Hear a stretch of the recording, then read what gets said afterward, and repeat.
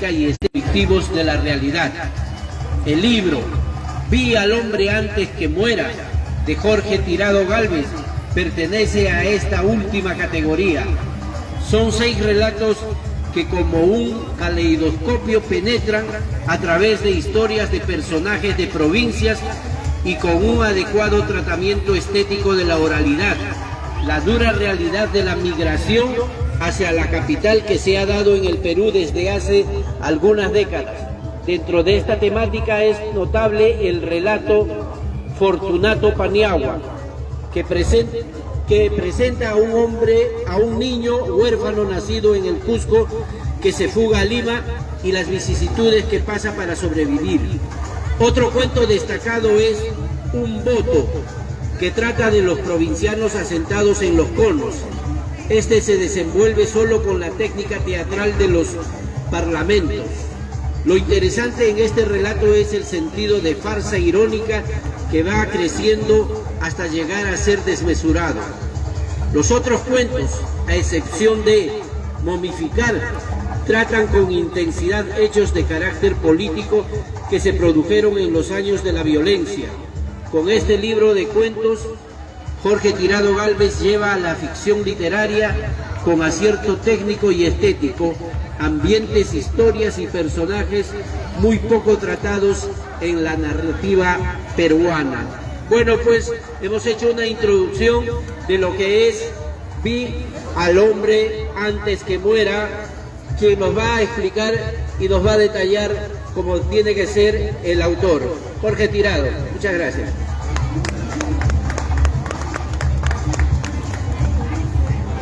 Bueno, Renan, gracias por el breve comentario. Bueno, quisiera agradecer a nuestro presidente de la Asociación Nacional de Escritores y Autores, Willy Muñoz. Gracias por la invitación. Y agradecer también a nuestro coordinador, Renan Almanza, quien está haciendo la presentación de dicho libro. Bueno, ya me presentó como el autor. Este es un libro que lleva por título Vi al hombre antes que muera. Está por la editorial San Marcos. Es un libro que contiene 6 cuentos que están ambientados en diferentes espacios geográficos de nuestro país. Y uno de los cuentos da título al libro, Vi al hombre antes que muera. Me gustaría leerle un fragmento del cuento para que tengan una idea más o menos del texto.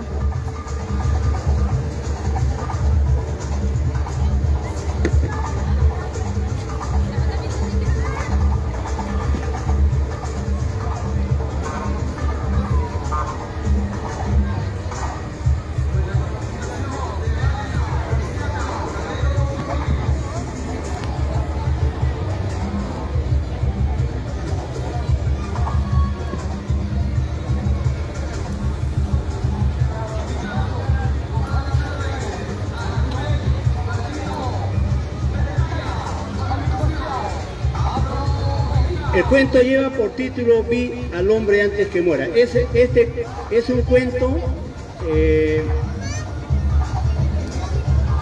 que trata de la pugna de 2 líderes políticos, un líder de izquierda barrial y el otro líder de derecha que está en el sillón municipal. Entonces, en este cuento narra la historia de estos 2 personajes. Vi al hombre antes que muera. Las moscas formaban ya una grisácea cortina en movimiento, advirtiendo el trágico final. Exuperancio Pérez, el líder político de izquierda, yacía de cúbito dorsal muerto violentamente en plena calle, desamparado, sin ojos, sin lengua y sin los tetes que le habían sido arrancados de raíz.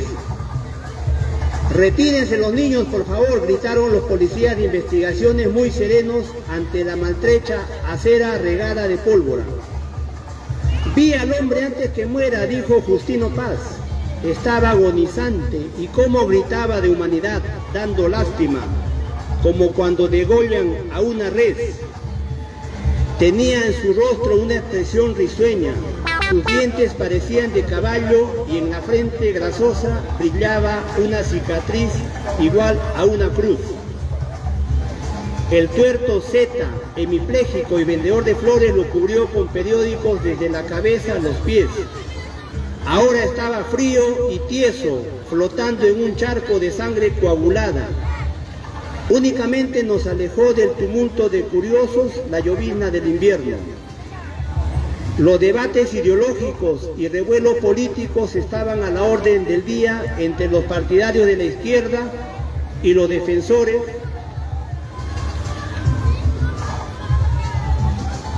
de las teorías de derecha, y eran la comidilla del día en los diarios y panfletos, en el comentario del pueblo y en la gente de a pie. Justino Paz, no sé en qué andas, me reprendió mamá Gudelia.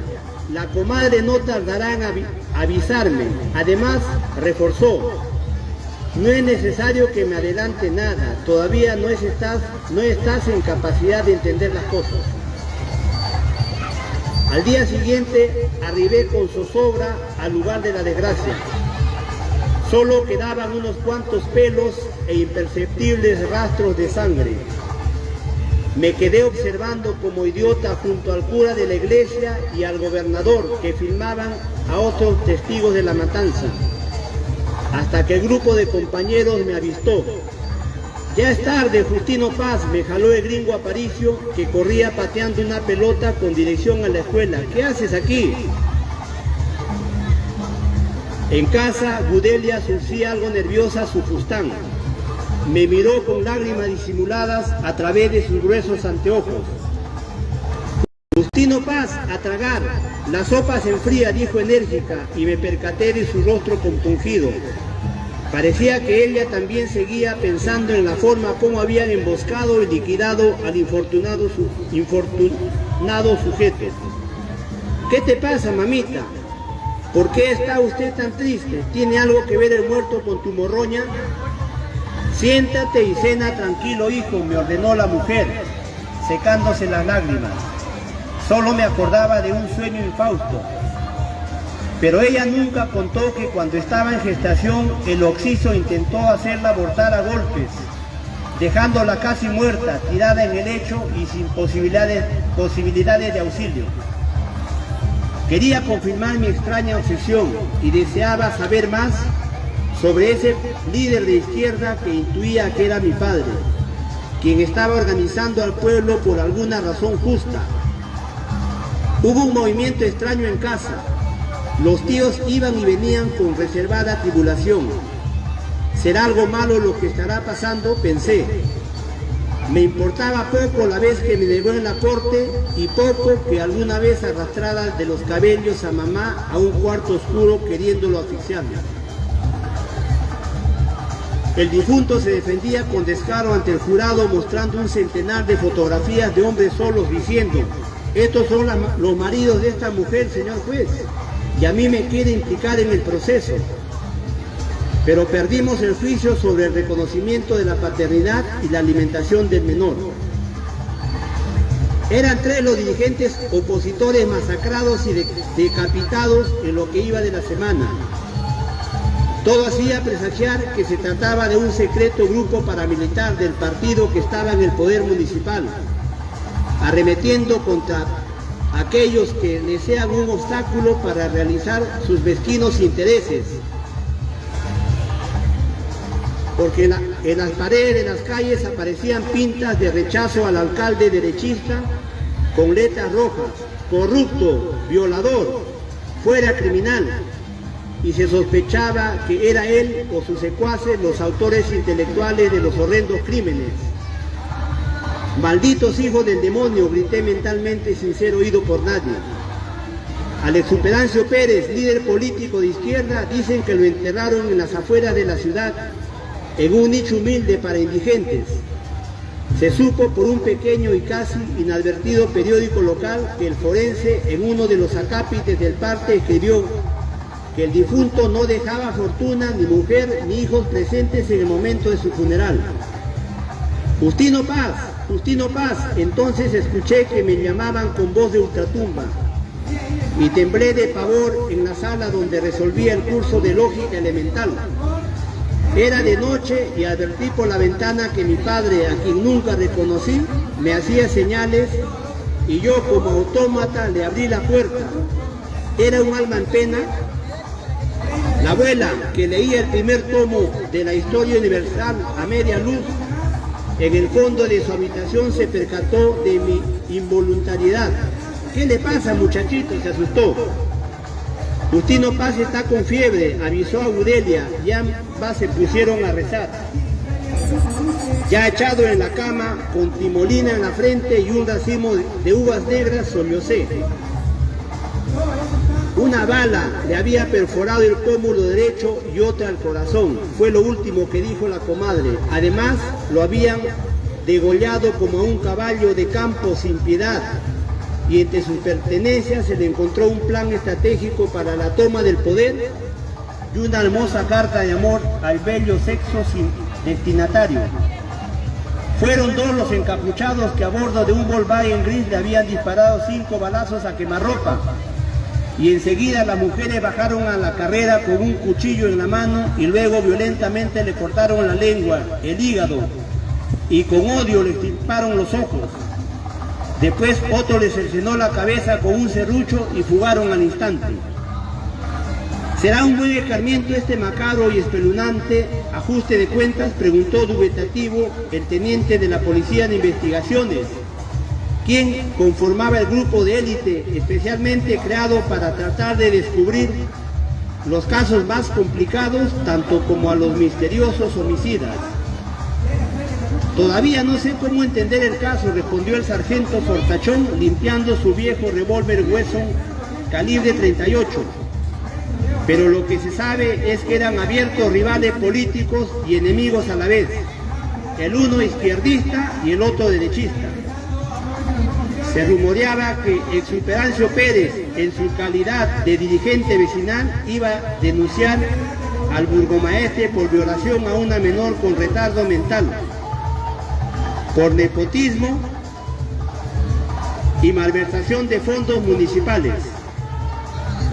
Y era su deber y obligación moral investigarlo públicamente, sobre todo ahora que se acercaban las elecciones. ¿Y dónde estará el sobrino del alcalde que dicen que cometió el asesinato?, preguntó una vecina negra al párroco en la bodega del Chino Fu de la calle Desamparados. No se sabe aún, pero era su hombre de seguridad, ojos y oídos. Pura chismosería barata, porque un hombre justo y sabio, según los preceptos de Dios, no se mete en felonías, respondió. A decir verdad, un mediocre que se comerá 20 años de cárcel si antes no se escapa a la montaña como una rata inmunda o se lo traga a la tierra, reflexionó la matrona con un paquete de recado en la zarpa.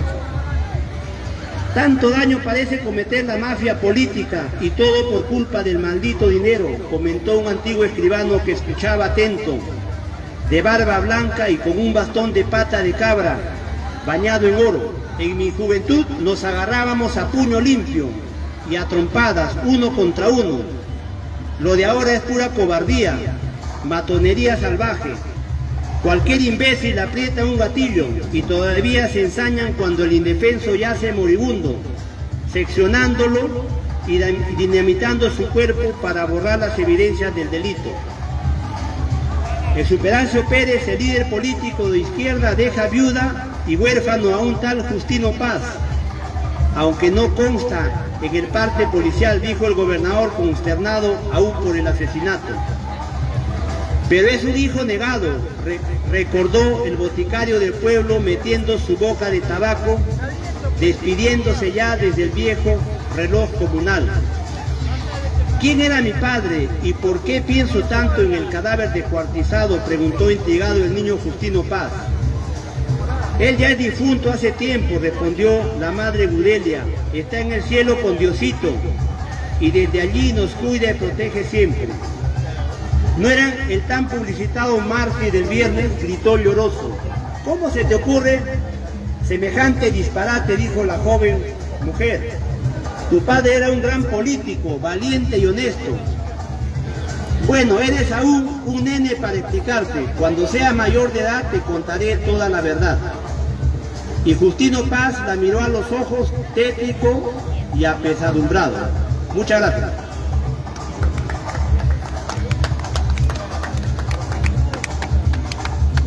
Muy bien, hemos escuchado el cuento titulado Vi al hombre antes que muera, que da título al libro de cuentos que tiene 6 cuentos de Jorge Tirado Gálvez. Bueno, hemos escuchado atentamente, Jorge. Previamente a la presentación hacíamos un breve comentario y la literatura, si bien es cierto, se alimenta de la realidad, pero es más fantasía. Entonces, en este cuento, supongo, y quiero que me lo confirmen, esto también debe tener mucho más de fantasía que de realidad, aunque la realidad de estos tiempos también pues parece encarnarse en este cuento, pero nos dirá si es más de realidad o si tiene algo más de ficción o si tiene algo de realidad. Bueno, el autor mayormente, un 50% escribe de la realidad y un 50% es parte de la fantasía, ¿no? Y la otra parte es ya el lenguaje, ¿no? El lenguaje que da trabajo a la ficción, ¿no? Por decir, que lo adorna, que lo pone más bonito, ¿no? Las metáforas, el estilo del autor.